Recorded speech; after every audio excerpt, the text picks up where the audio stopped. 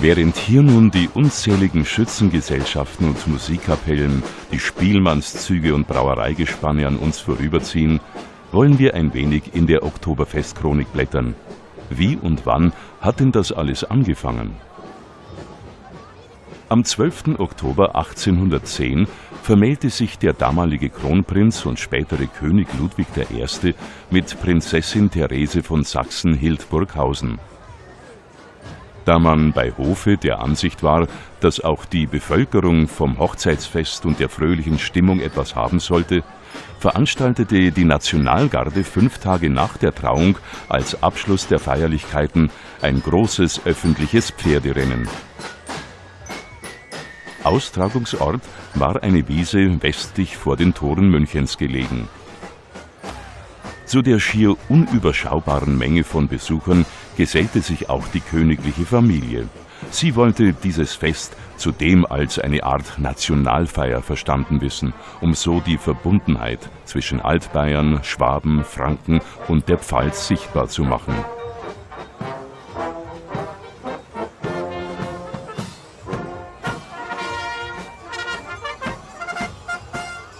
Nach dem ersten großen Erfolg, dem damaligen Pferderennen und der Feier, waren sich alle Verantwortlichen einig und der landwirtschaftliche Verein fasste den Entschluss, dieses Ereignis im darauffolgenden Jahr zur gleichen Zeit am gleichen Platz zu wiederholen. Das war die Geburtsstunde des Oktoberfestes.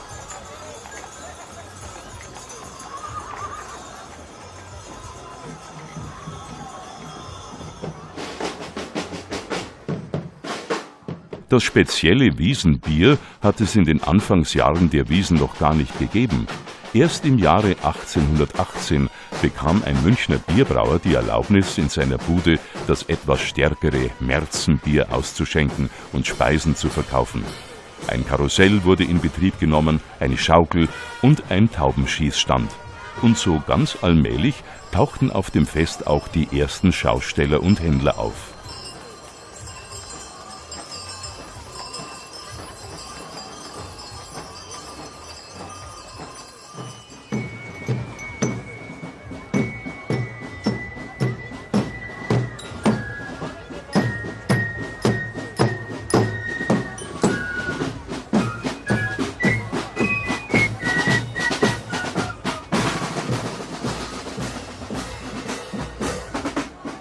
In wenigen Augenblicken wird in den Festzelten der offizielle Ausschank beginnen. Bis dahin wollen wir noch dieses farbenfrohe Schauspiel genießen, den Einzug der Festwirtsfamilien, die geschmückten Kutschen, die Prachtgespanne der Münchner Brauereien, die fröhlichen Kellnerinnen auf ihren dekorierten Wägen und die vielen Trachtenkapellen.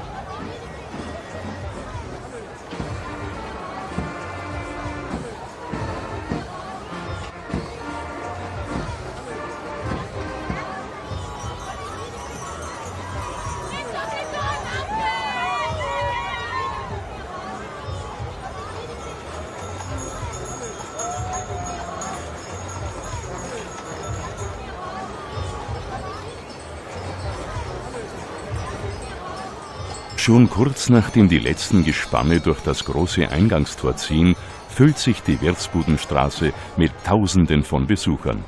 16 Tage dauert die Wiesn und während dieser Zeit werden auch in diesem Jahr wieder über 6 Millionen Menschen aus der ganzen Welt hier auf dem Münchner Oktoberfest zu Gast sein. Mit der Aufstellung der 30 Meter hohen Bavaria im Jahre 1850 bekam das Oktoberfest ein bis heute unübertroffenes Wahrzeichen.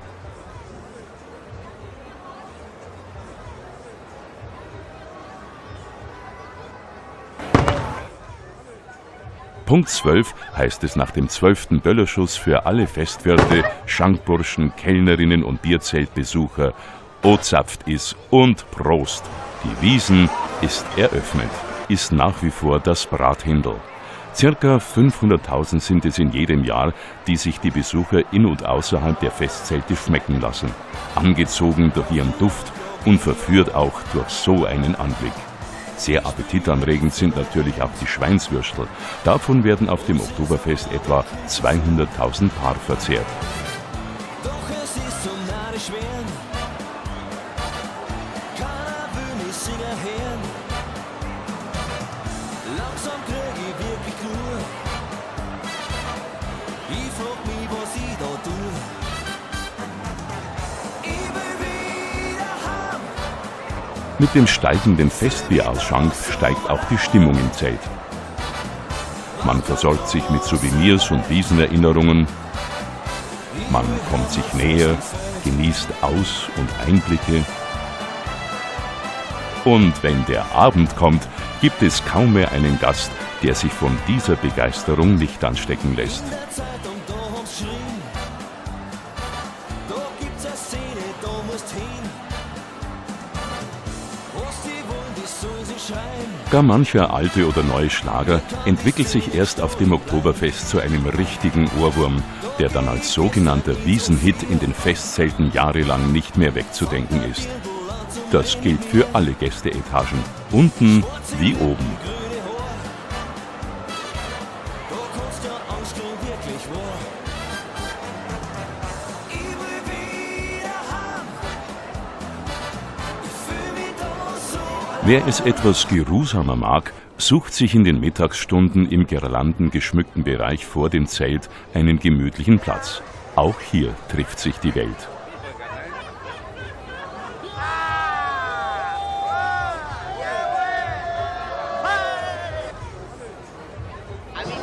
Auf der Wiesn ist was los.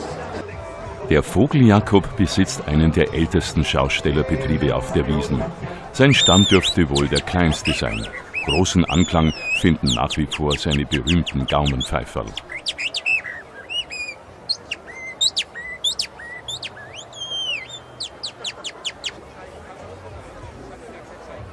Diverse Wiesenmitbringsel, Andenken, Maskottchen, Glücksbringer und allerhand Schnickschnack findet man in den kuriosesten Ausführungen an allen Ecken und Enden. Es gibt nichts, was es nicht gibt. Das gibt's nicht einmal. Einmal gibt's es, aber da bin ich da. Zu den Lieblingsgeschenken zählt seit vielen Wiesengenerationen natürlich ein Herzerl fürs Herzerl, beziehungsweise ein herzlicher Gruß vom Oktoberfest. Und das sind typische Wiesenschmankerl, auf die man auf gar keinen Fall verzichten sollte.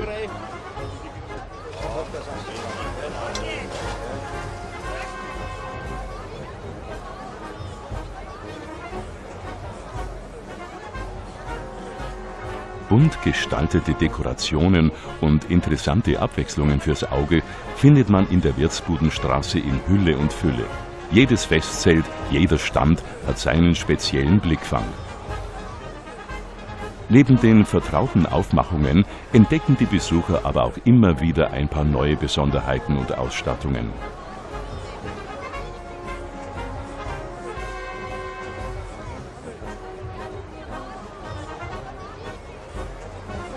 Er gehört neben der Bavaria zu den größten berühmten traditionellen Fahrgeschäften, zählen seit dem 19. Jahrhundert das Kettenkarussell und die Schiffschaukel. Auch der unverwechselbare Klang des Orchestrions gehört zur Wiesennostalgie. So wie im richtigen Leben gibt es auch auf dem Oktoberfest ein Leben und Miteinander von Neu und Alt, von Hightech und Tradition. Vergnügen sehend, der kommt auf der guten alten Krinoline voll auf seine Kosten. Keine Verstärkeranlage, sondern eine Blasmusik sorgt für Unterhaltung auf einem der ältesten Fahrbetriebe. Bayerisch gemütlich geht's zu auf diesem Holzkarussell. Und das wissen seit ihrem Bau im Jahre 1909 unzählige Wiesenbesucher zu schätzen. Die Krinoline ist und bleibt der geheime Liebling aller Altersklassen. Das Gleiche gilt auch für das Kinderkarussell. Auch andere Traditionsunternehmen haben die Zeiten gut überstanden. In der Wurfbude zum Beispiel versuchen nach wie vor viele Besucher trotz Wiesenbier ihre Treffsicherheit zu beweisen. Gut ausgegangen, die Delinquentin hat ihren Kopf nicht verloren. Das Grauen findet aber auch woanders statt. In den vielen Geisterbahnen tummeln sich immer noch die Unholde aus Märchen, Sagen und Horrorgeschichten, aus dem Jenseits, aus der Hölle und aus... Das sind die ältesten Filmaufnahmen vom Münchner Oktoberfest. 1910 feierte die Wiesn ihren 100. Geburtstag. Ehrengast war Prinzregent Luitpold, dem seine bayerischen Untertanen vor dem Königszelt noch ihre Huldigung darbrachten. Wer konnte damals ahnen, dass aus der monarchisch gesinnten Feier zu Ehren des Hauses Wittelsbach schon bald ein republikanisches Volksfest wurde? Von Anfang an gehörte Arenaz zur Wiesn und war bis zum Ersten Weltkrieg ein großer Publikumserfolg. Vergessen sind inzwischen auch die einst so beliebten Wiesenwettkämpfe wie das Reiftreiben, das Ringelstechen oder das rasante Radlrennen der Münchner Wagnergesellen.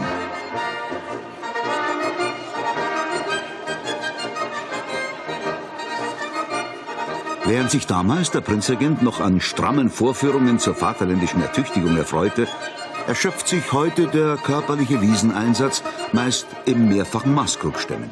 Weil im Weltkrieg das Volksfest wegen des großen Volkssterbens abgesagt worden war und nach dem Krieg nur 2 Notfeste stattfanden, gab es erst 1921 wieder eine richtige Wiesn.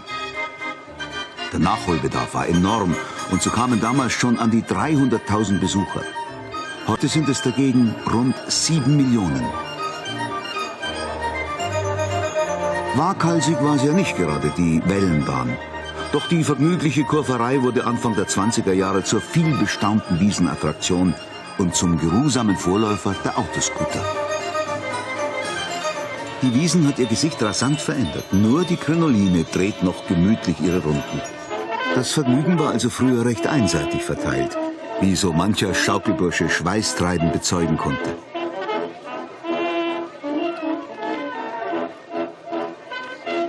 In den 20er Jahren gab es für die kleinen Festgäste auch einen Ritt auf dem wilden Esel und einen Drehwurm auf dem lustigen Rad. Etwas geruhsamere Gemüter fuhren mit dem Kinderkarussell, gezogen von leibhaftigen Pferdestärken.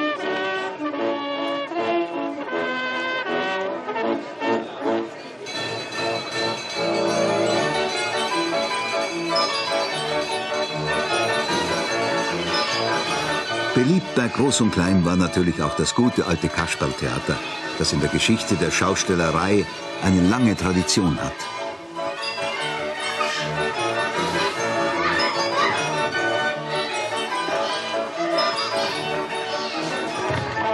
Ins Schaukeln konnte man da leicht kommen bei einem so süffigen Bierpreis von 1 Mark pro Maß. Paradiesisch waren die Preise allerdings nicht immer. Während der Inflation kostete die Maß Märzenbier 21 Millionen und ein Steckerlfisch 48 Millionen. Ein saftiges Händel zählte seit jeher zu den kulinarischen Köstlichkeiten auf der Wiesn. Anno 1881 wurde hier dann von einem Münchner Metzgermeister die erste Ochsenbraterei eröffnet. Und zur Jahrhundertwende machte die Fischerfrone mit ihrem Steckerlfisch den traditionellen Eieramseln Konkurrenz. Heute werden im Laufe eines Oktoberfestes rund 600.000 Brathändeln und an die 200.000 Paar Schweinswürsteln verzehrt.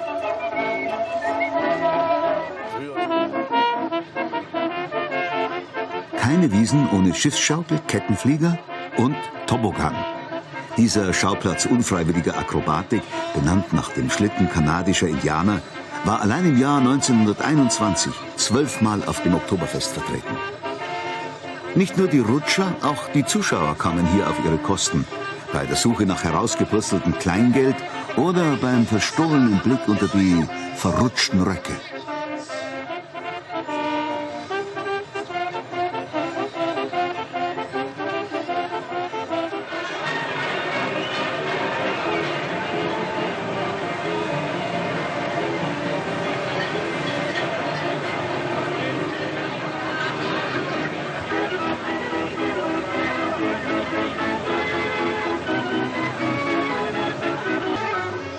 Rock'n'Roll war in diesem Fall ganz wörtlich zu nehmen und zeigte, dass auch traditionelle Vergnügungen ihre Reize hatten.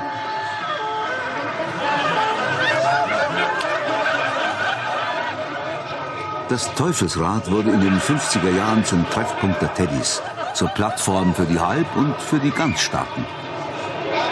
Hey, sugar, sugar baby. Oh, oh, sugar, sugar baby. A side of sleep to me. Mit engen Röhrlhosen, neckischen Nickitüchern und hochtupierten Vogelnestern ging's dann zum Anbandeln durch die Wiesen. Dann bleib ich bei dir. Am ersten Wiesensamstag des Jahres 1950 stach der damalige Münchner Oberbürgermeister, Herr Wimmerdammerl, um Punkt 12 Uhr den ersten Banzen an. Seither muss sich jedes Münchner Stadtoberhaupt an seiner Schlagkraft messen lassen. O Zatkes, dieser befreiende Schlachtruf ging ebenso in die Biergeschichte ein, wie die inzwischen auf der Wiesn leider ausrangierten Käferlohr.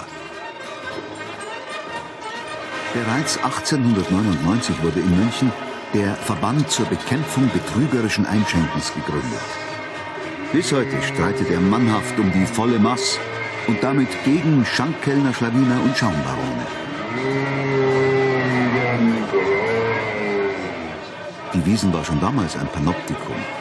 Hier konnte der Ethnologe Schunkelrituale und Stammestänze studieren, die der Häuptling höchstpersönlich dirigierte. Und das mit Inbrunst im Bierdunst.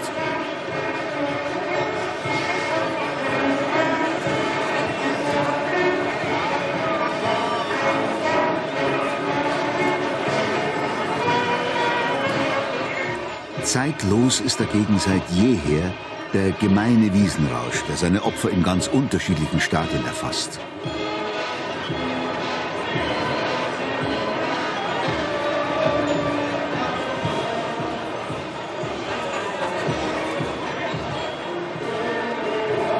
Würdevoll schreitet dann die Sanitätskolonne zum Ausnüchterungszelt.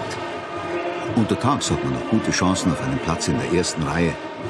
Und bis heute können die Bierleichen hier mit einer gewissen Rücksichtnahme rechnen. Beim Transport auf der Marie werden noch immer Gesicht und Körper diskret verhüllt. Ausgestorben sind außerdem die großen Völkerschauen. Kalmückenkarawanen, Beduinenlager und Tatarenstämme waren hier früher eine Sensation. Ein Hawaii-Dorf ließ 1959 diese Wiesentradition zum letzten Mal aufleben. Die Südsee-Schönheiten lächelten, die Hawaii-Gitarren lockten und mit einem bunten Papierkranz um den Hals kam sich der Bayer auch gleich ganz hawaiianisch vor.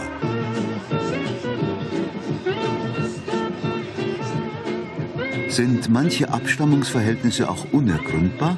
So war man damals jedenfalls ganz up-to-date und spielte einen schmissigen Südsee-Boogie. Ein wahrer Wiesenhöhepunkt war der alte Vogel-Jakob, wenn er erklärte, wie sein Teiwal funktioniert. Geh, kommen Sie ein bisschen näher her, da schauen wir her. Hat das gesehen? Da gleich hinter die Ruinen, schau her. Da oben auf. Und wenn es nicht hebt, dann nimmst du einen Reisnagel oder ein Batschal Kaugummi. Liegen nur umeinander. Da drücken sie es auf. Wer eine Gaumenplatte hat, der kann auch pfeifen. Und ja, der tut halt das Pfeifel an die Platte hindrücken. Nicht wie gestern einer, der hat die 10 raus, Pfeifel nein und das Gebiss drauf. Und wie der Pfiffer hat, hat sie ihm 10 ausgehauen. Ne? Da hinten war eine Frau, die hat keine Ahnung gehabt.